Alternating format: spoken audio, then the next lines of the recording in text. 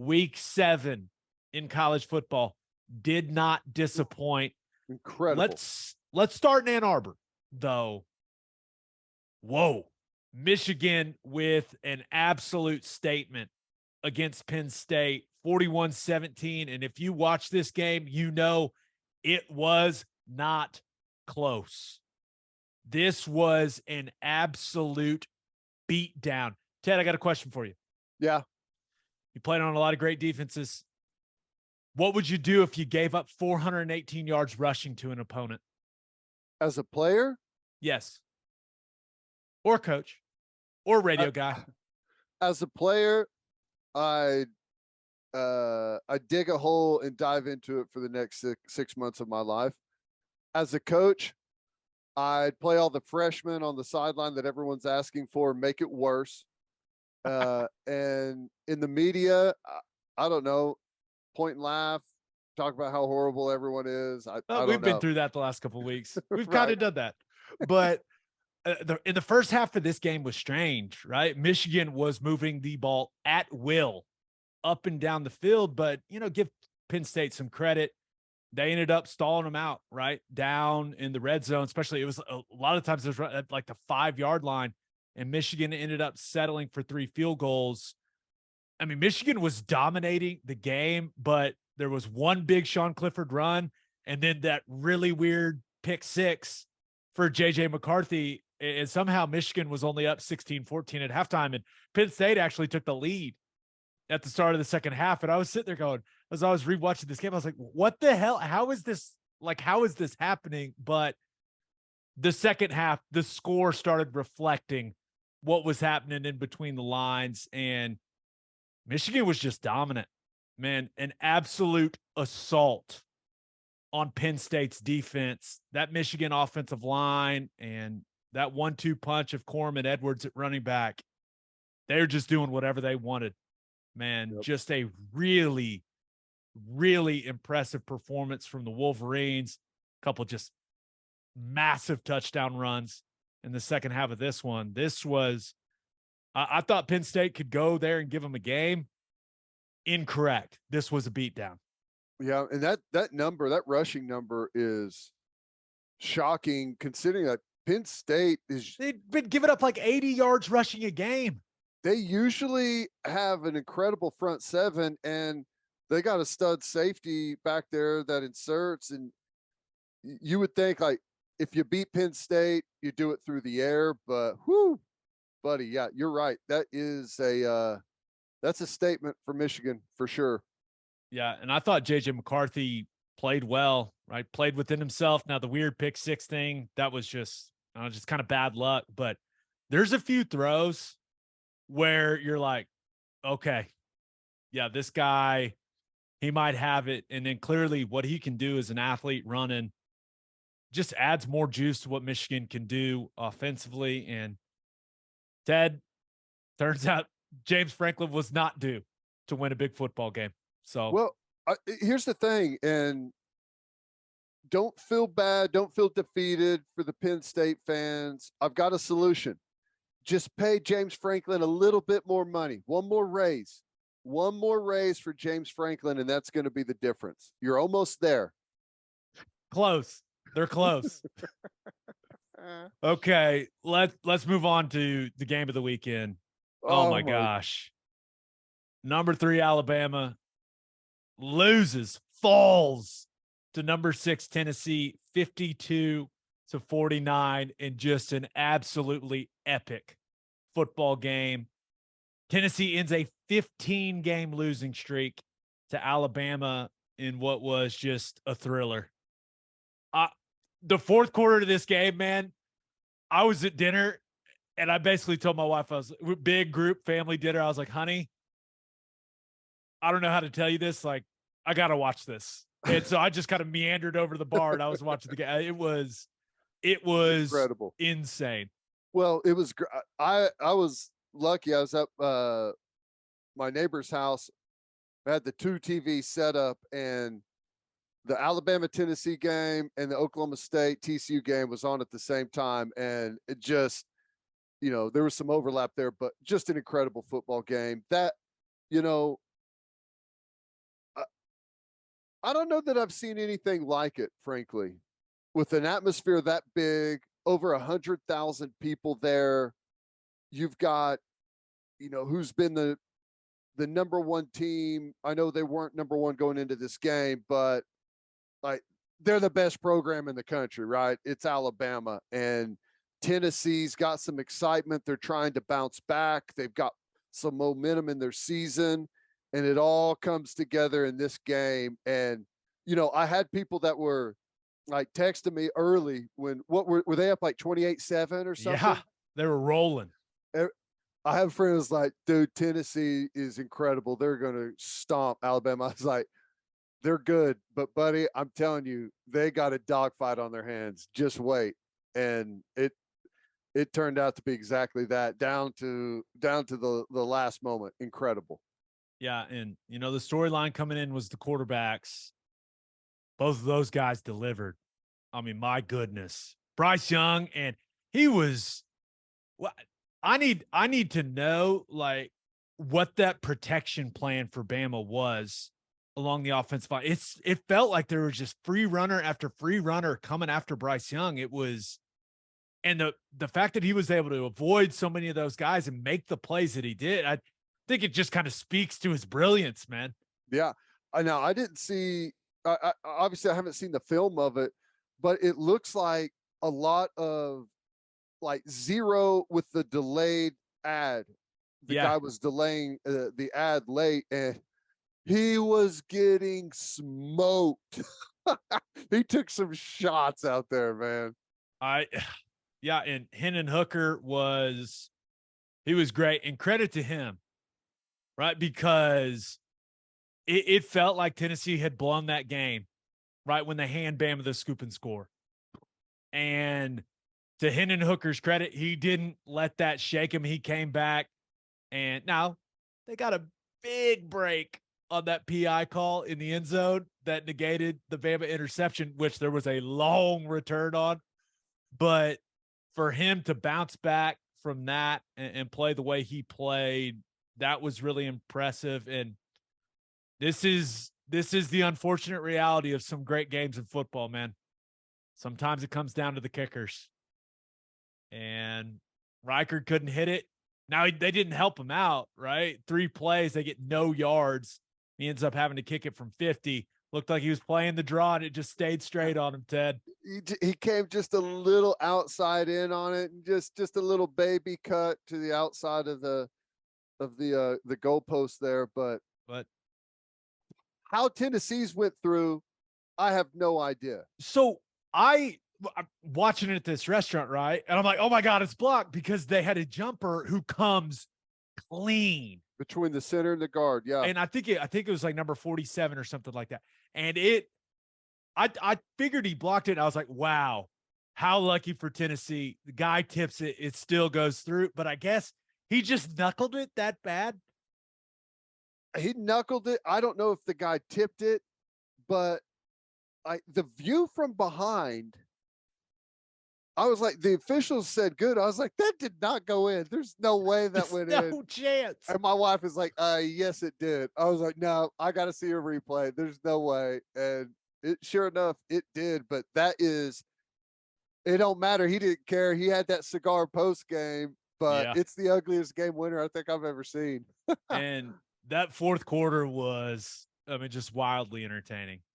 So much happened, but I will say, I'm not sure there's a running back that's better than Jahmyr Gibbs in the country. Woo.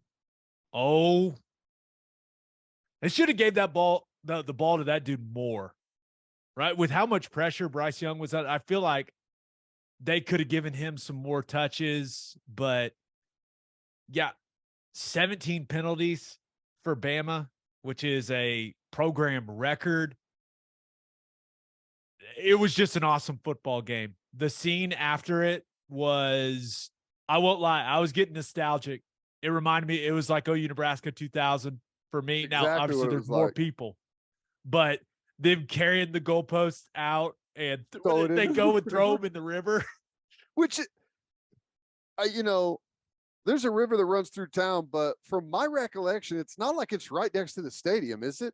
I think they went on a nice walk. I think they have to carry that for a while. But did you see the thing? Now, I will say, come on, Tennessee. Did you see the thing where they're asking people to like donate to buy some new goalposts? Just pay it for that yourselves. Come on. What are we doing? I thought I saw something where Danny White had already, before the game, even like the week before, ordered new goalposts because they figured if we win this game, they're gone. It's just it's a lost cause. Well, they were right. And, just a couple thoughts. Actually, one more thing from the game. Did you see the left tackle from Tennessee spew on the field? No.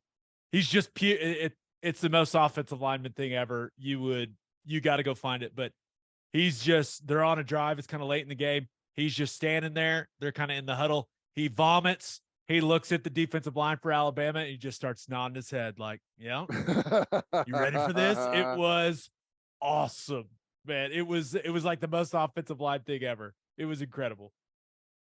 Just projectile vomit straight into, yeah, you like that? We had everything in that game. We had projectile vomiting. We had a ugly game-winning field goal. We had, for unknown reasons, a player on the punt team try and pick up a ball that's rolling around on the field. That clip, like, other than the guy puking and rallying for Tennessee, that clip of Saban yelling at him, like, completely appropriate for Saban to ask him, what was he doing? What did he think happened? Other than thinking someone from Tennessee had already touched the football. Right. Which then is a no risk. Like, I can go pick it up and advance it, and it's still our ball. Right. That's the rule. No idea. No clue. Saban was that's an awesome clip. I know. What the? Well, you had that, and then how can you give Alabama just a free touchdown late in the game and still win it? They just, they've got the exchange there between quarterback and running back, and they both think the other guy has it. It just drops straight to the turf. Easy. Dallas Turner just touchdown. Picks it up. He's like, look what I found. Wild. I will say, there's a conversation now to be had about Tennessee being the best team in the SEC. We're going to find out here in a couple of weeks when they play Georgia. Yep. Right. And then, there's conversation to be had about Hendon Hooker and the Heisman Trophy and, this team possibly being a national championship contender, but that's kind of all down the line. Bottom line, it was really cool to see Josh Heupel win that game. Awesome. Lighting up the cigars. It was really, really cool. It was fun that he showed, because he's kind of a coach speak guy, right? Like, let's be real. But those that have played for him like for a long time, like I did, or played with him like you did, like, there's a fun side to that dude, and it was cool that he got to show a little bit of that personality post game. I was really happy for him.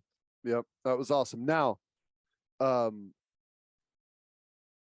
that pass interference call, I was happy they called it, but I still have not seen anything that would suggest to me that there was pass interference that occurred on that play.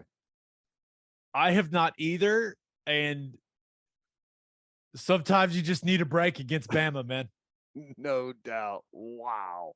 And what a break it was. It wasn't just like an incomplete, No, that was like game's over.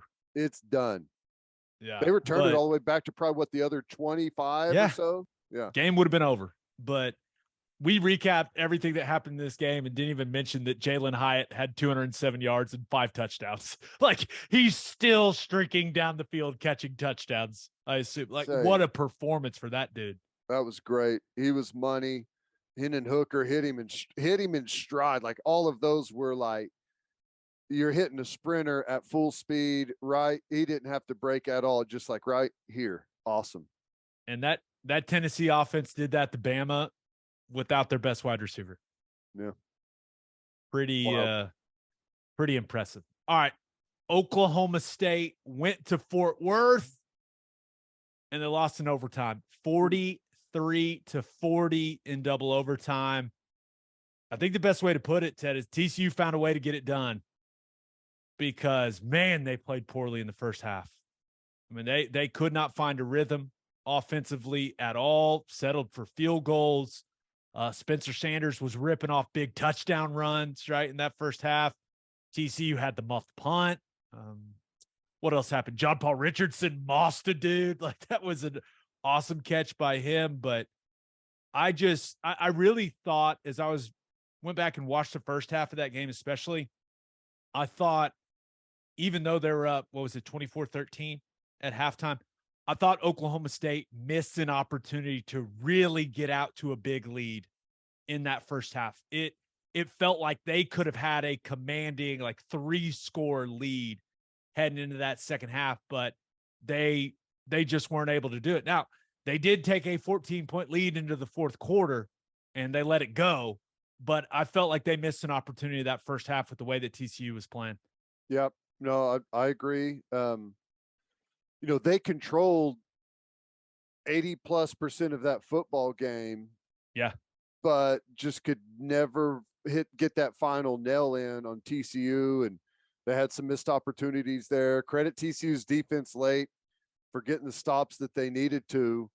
I was totally annoyed with how much they showed what I can only assume is Spencer Sanders' mom. She got a lot of FaceTime. A lot of FaceTime on the broadcast. What was that? Which, I mean, I did like how much shit she was talking, though. Like, I was like, yeah, let him know, Mrs. Sanders. That was interesting, but I thought he played pretty good from the stuff that I saw.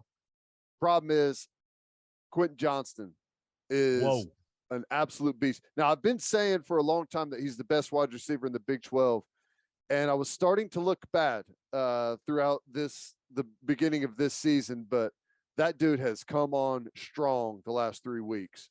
Yes, I agree. 8 for 180 and a touchdown, and a massive touchdown in the football game. But what'd you think about Gundy, the decision to kick the extra point at the end of the first overtime? I really, because they got a banged up team.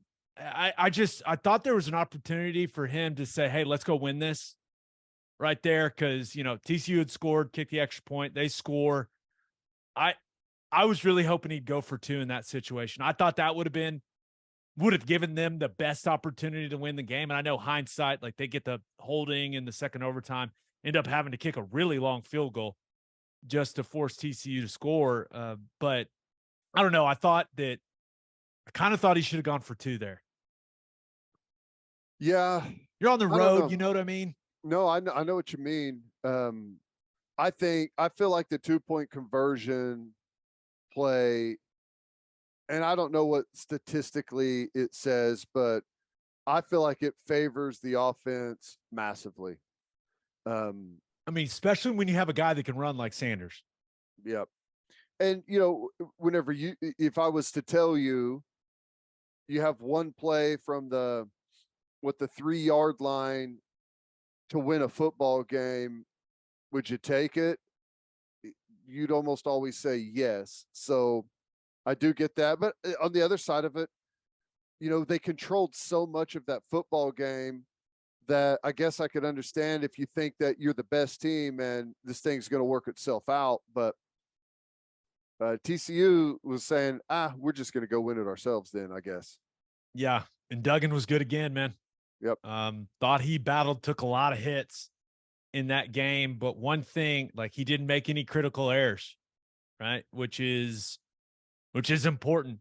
But he found Quentin Johnston, which is a good idea. Kendre Miller, I thought they really found some stuff in the second half of that game in the running game. And I will say I got a lot of respect for Spencer Sanders. Mm-hmm. I guess he didn't practice all week with that shoulder, and for him to go out there, I thought he played his ass off. And I know he had the interception there in the fourth quarter. It was a big underthrow, right? Who knows if he lays that out there, if they end up winning this game or not. But I I got a lot of respect for that guy. And maybe the best part of this game. And if you didn't watch the game, you probably have no idea what I'm talking about. But Ted, in the first half of this football game, there was a battle between both teams on who could be more obnoxious with the execution of the snail defensive substitution technique. And it was so egregious that I think the refs even talked to both coaches about it. Like, hey guys, these guys you've never seen defensive linemen jog off the field slower than these dudes. It was obnoxious and hilarious. Well, we were in the post game of our broadcast. We had the game on the TV, and Sonny Dykes went off maybe worse than I've ever seen any coach go off on the officials. It was Matt Campbell-esque. He was hot. And at the time, I didn't see what it was, but I guess it's like the substitution deal, and they ended up either having to, I think they had to take a timeout because of it. Oh yeah. Oh my goodness. He lit into those guys for the entirety of the television, or wasn't the TV timeout of the 30-second timeout, and the camera never came off of him. And he was F-bombing, and dude, he was mad. That was great. Yeah, it was something, but a great game. And I think both of those teams, Oklahoma State needs to get healthy. That's a banged up football team, but I think both of those teams still right in the middle of the Big 12 race. Would not be surprised if we saw a rematch between those two. Yep. So we'll see, but man, just some awesome games. And